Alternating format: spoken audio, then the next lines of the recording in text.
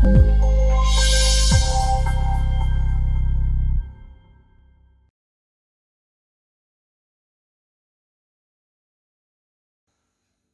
Bapak Ibu yang dimuliakan Allah SWT, keimanan dan keyakinan seperti ini pengaruhnya, mestinya pengaruhnya itu positif. Mestinya pengaruhnya apa? Positif. Dalam arti membuat manusia semakin aktif dan semakin produktif. Bukan sebaliknya. Malah semakin tidak aktif dan semakin tidak produktif. Bukan sebaliknya begitu. Kenapa? Ya, karena semua yang ditulis itu rahasia. Dan rahasia itu dijaga.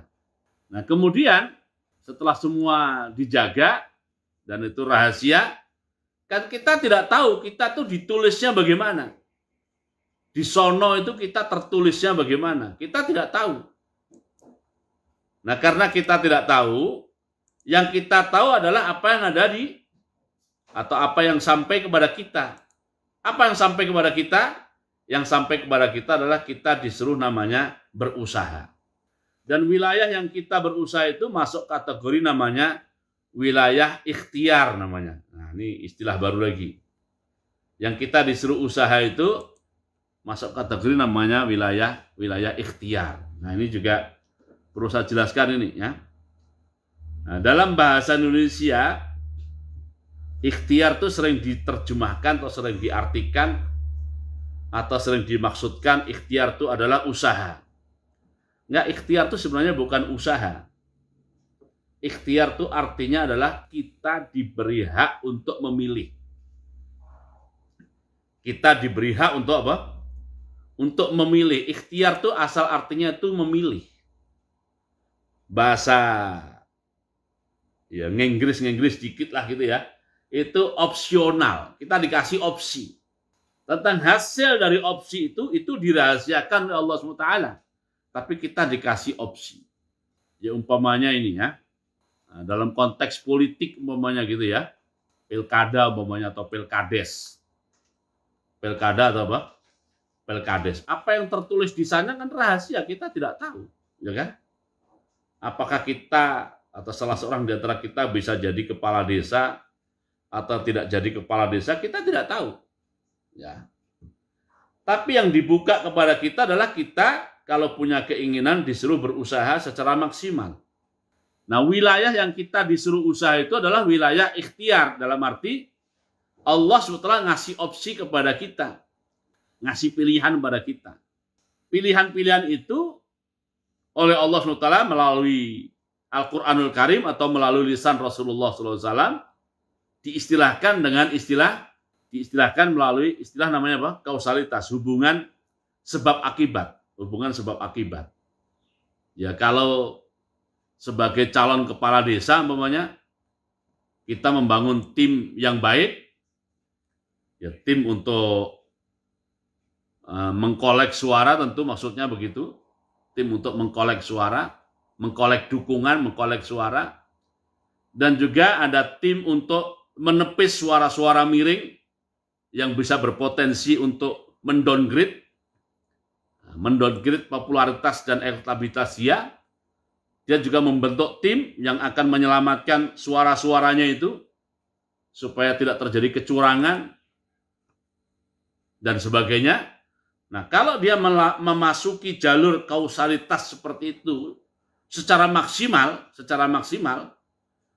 nah, seluruh wilayah kausalitas itu masuk wilayah namanya wilayah ikhtiar. Kita diberi opsi oleh Allah untuk melakukannya atau tidak melakukannya. Kalau kita sudah melakukan secara maksimal, ya menurut hukum kausalitasnya, ya kita akan diantarkan kepada hasil yang kita inginkan. Dalam situasi seperti itu, kalaupun ada kekuatan apa saja, ya, nah kita ini bab keyakinan sekarang. Sementara kausalitas tadi kita pinggirkan sementara. Sekarang masuknya wilayah kausalitas. Kalau situasinya sudah sedemikian rupa, lalu ada kekuatan besar berusaha menghalangi kita, ya, untuk mencapai posisi itu, tetapi ternyata suratan takdirnya walaupun kita tidak tahu, ya, suratan takdirnya adalah kita akan jadi kepala desa, ya kekuatan apapun tidak akan bisa menghalangi. Selalu saja dalam analisa pasca terjadinya peristiwa, pasca terjadi peristiwa, mereka yang gagal menggagalkan seseorang untuk jadi kepala desa tadi, mereka akan ketemu satu kausalitas yang mengatakan ternyata ya upaya kita untuk menggagalkan mengalami bolong-bolong, sehingga yang akan kita gagalkan tetap jadi dan terpilih sebagai kepala desa. Ya paling begitu akhirnya analisanya. Ketemu. Atau sebaliknya, begitu kita merasa sudah maksimal berusaha, ternyata nanti hasilnya gagal, pasti saat analisa kita akan menemukan ternyata ada bagian dari kausalitas yang tidak kita penuhi, sehingga kita mengalami kegagalan. Nah, situasi seperti itu dalam bahasa akidah dan keimanan dibahasakan oleh hadis ke-19 ini dengan istilah wa'lam annal ummata lawitstama'at ala an yanfa'uka bisyai'in lam yanfa'uka illa bisyai'in qad katabahu laka wa in ijtama'u ala an yadurruka bisyai'in lam yadurruka illa bisyai'in qad katabahu alaik. Nah, kembali kepada kata-kata aktif dan produktif. Kenapa kok begitu? Nah, karena kita tidak tahu hasilnya akan seperti apa, maka kita masuki saja dunia atau wilayah atau kawasan yang kita diberi ikhtiar atau hak pilih oleh Allah SWT untuk melakukan atau untuk tidak melakukan. Nah, kalau kita melakukan ya semoga saja kita sampai mengikuti kausalitas yang ada. Kalau misalnya nanti gagal, ratapan kita juga tidak perlu terlalu dalam, kenapa?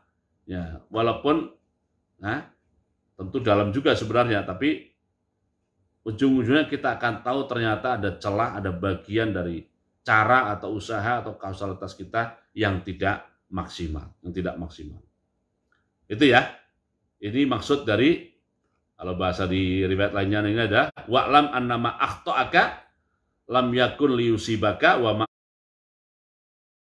asabaka lam yakun liyukhti'aka. Jadi karena kita tidak tahu catatan di lauh mahfudnya itu seperti apa, ya udah itu jangan menjadi diskusi kita, tapi kita masuk saja apa yang Allah buka kepada kita, yaitu aspek kausalitasnya, dan kita diberi opsi untuk melakukan atau untuk tidak melakukan.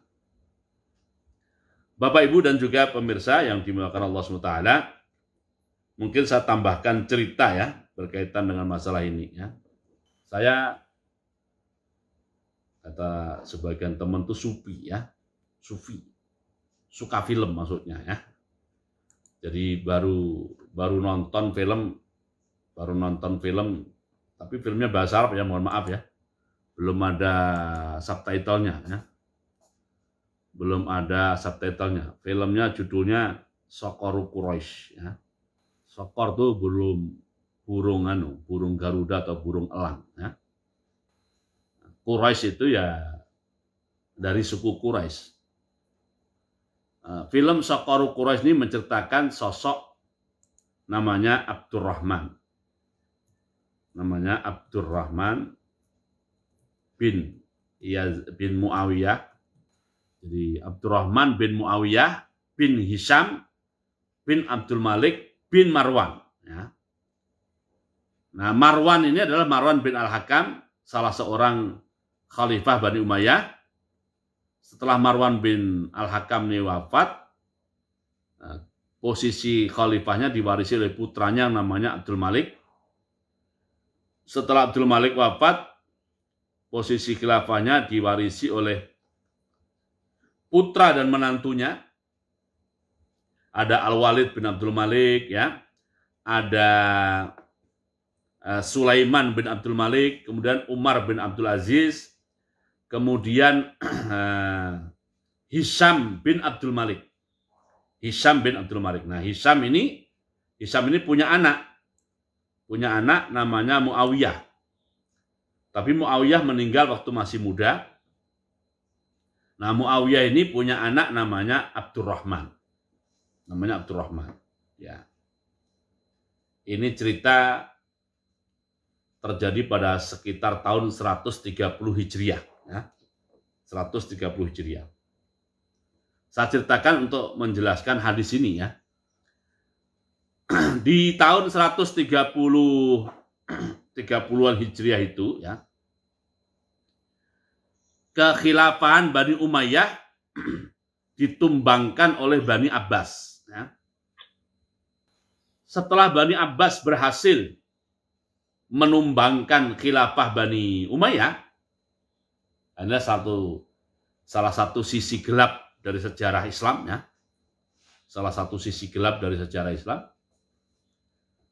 Maka Bani Abbas ini khawatir kalau ada kekuatan Bani Umayyah yang melakukan balas dendam kepadanya.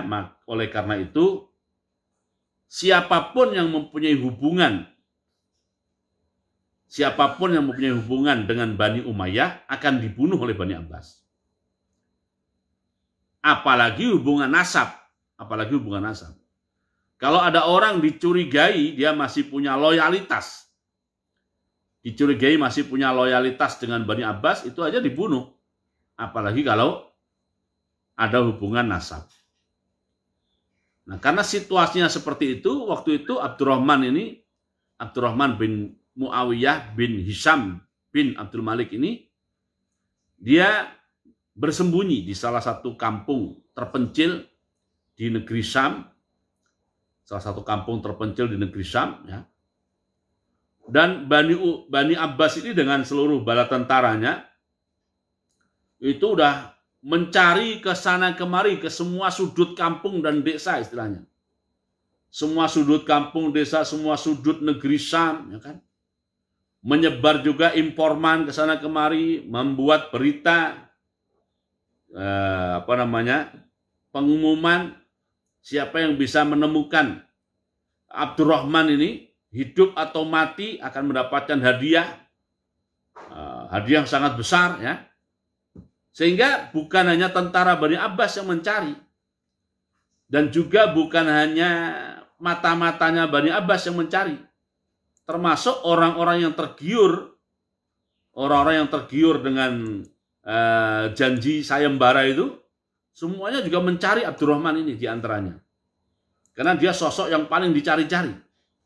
Sebab dia adalah cucu dari Hisham bin Abdul Malik atau cicit dari Abdul Malik bin Marwan. Ya.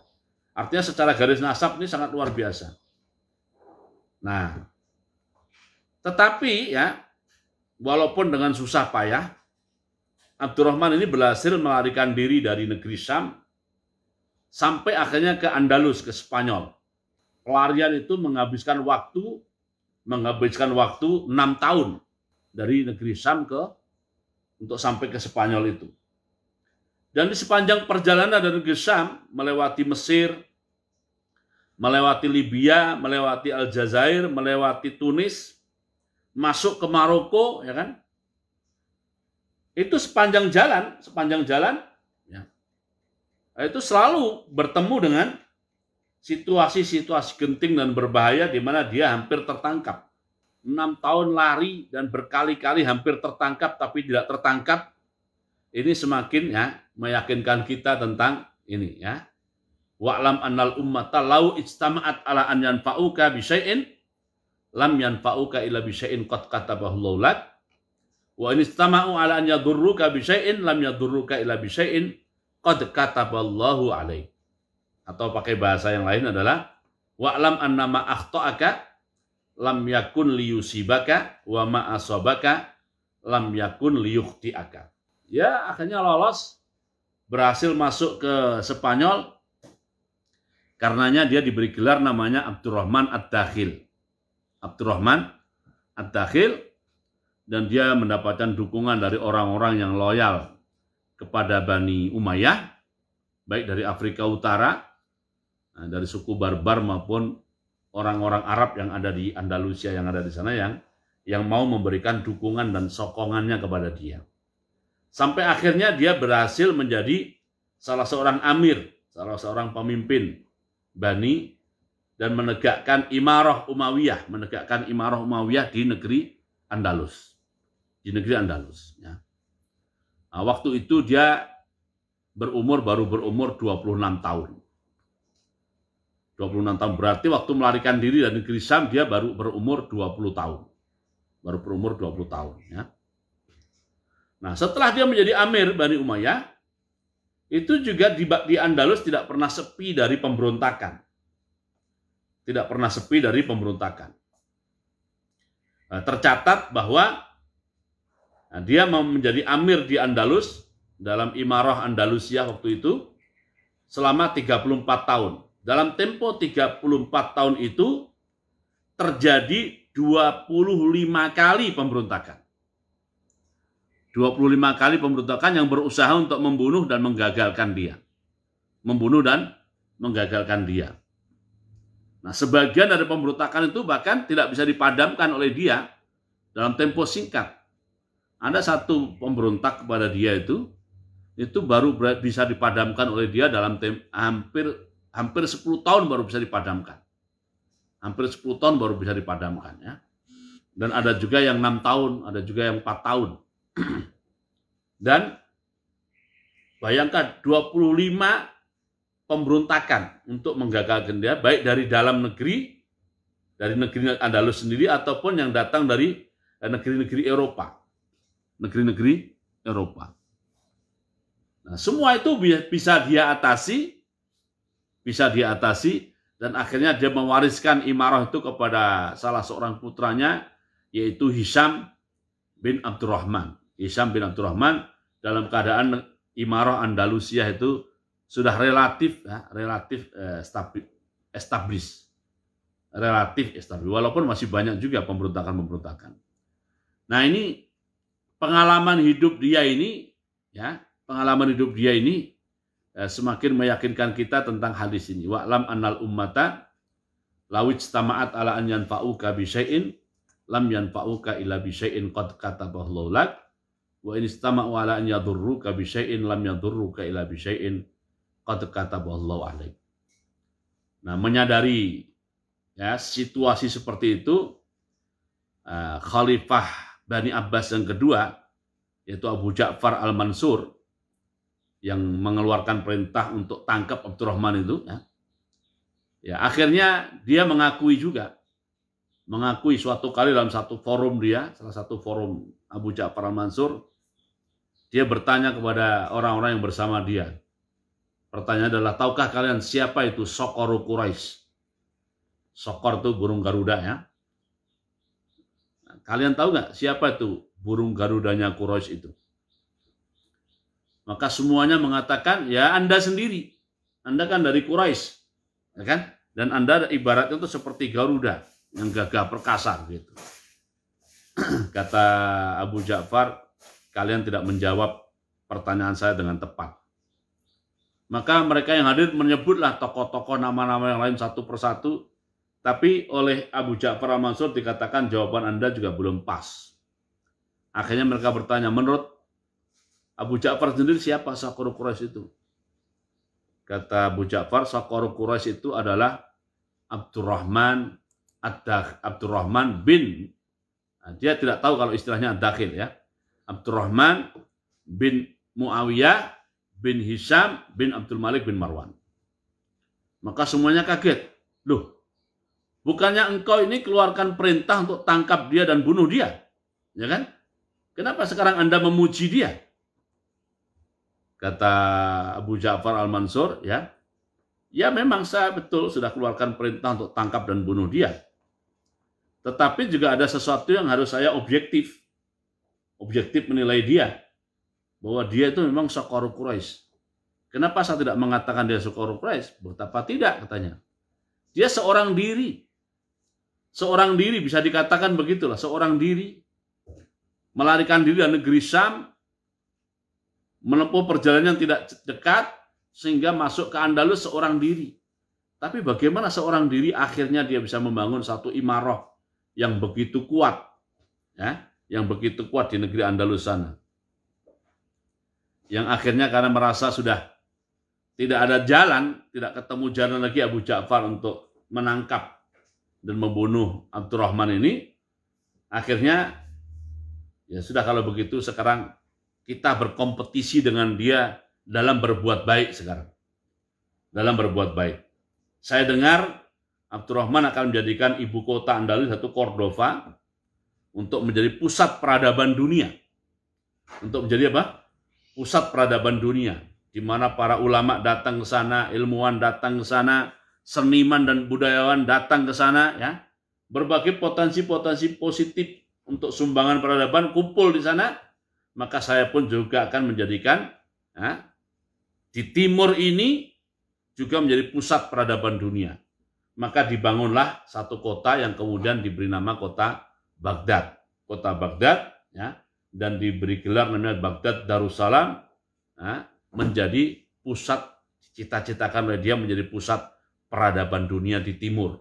Jadi timur pada waktu itu bukan timur-timur amat. Kita ini yang timur sebenarnya. Tapi timur waktu itu Baghdad timur dibandingkan dengan Spanyol yang ada di barat. Akhirnya antara khilafah Bani Abbas yang berpusat di Baghdad dengan Imarah Umayyah yang berada di Andalus ini berkompetisi dalam kebaikan. Ya, walaupun diselingi juga dengan hal yang menjadi catatan buruk mungkin dalam sejarah umat Islam ini. Begitu ya. Nah, jadi ini kalau istilah lainnya dalam bahasa Inggris kalau nggak salah itu daihat ini, Abdurrahman ini. Berkali-kali harusnya dia mati tapi nggak mati juga. Nah, berkali-kali harusnya mati tapi nggak mati juga. Nah, gitu ya. Nah, jadi kalau memang belum suratannya untuk mati dan sudah suratannya untuk menjadi amir ya, di Andalus, ya, kita berani mengatakan sudah menjadi suratannya karena sudah terwujud dalam sejarahnya. Tapi sebelum terwujud dalam sejarahnya ya kita tidak tahu. Kita tidak tahu. Tapi yang begini-begini ini semakin meyakinkan kita ya kalau memang Allah tidak kehendaki kita bermasalah, ya kan? Ya tidak akan terjadi masalah betapapun situasi dan keadaannya sepertinya menghalangi kita sedemikian rupa. Oke, tapi semua itu Bapak Ibu ya, lagi-lagi karena yang sifatnya suratan itu rahasia dan yang dibuka kepada kita adalah aspek kausalitasnya, maka kita diberi opsi atau diberi ikhtiar untuk menjalani hal yang sifatnya kausalitas itu. Ya. Hal yang sifatnya kausalitas itu. Pertemuan kita sampai di sini dulu dan kita cukupkan dengan doa penutup majelis dan surat al-asri. Subhanakallahumma bihamdika asyhadu an la ilaha illa anta a'udzubillahi minasyaitonir rajim. Bismillahirrahmanirrahim. Wal asri innal insana lafi khusr illa alladziina aamanu wa shalihat wa tawassaw bil haqqi wa tawassaw bis sabr. Wassalamualaikum warahmatullahi wabarakatuh.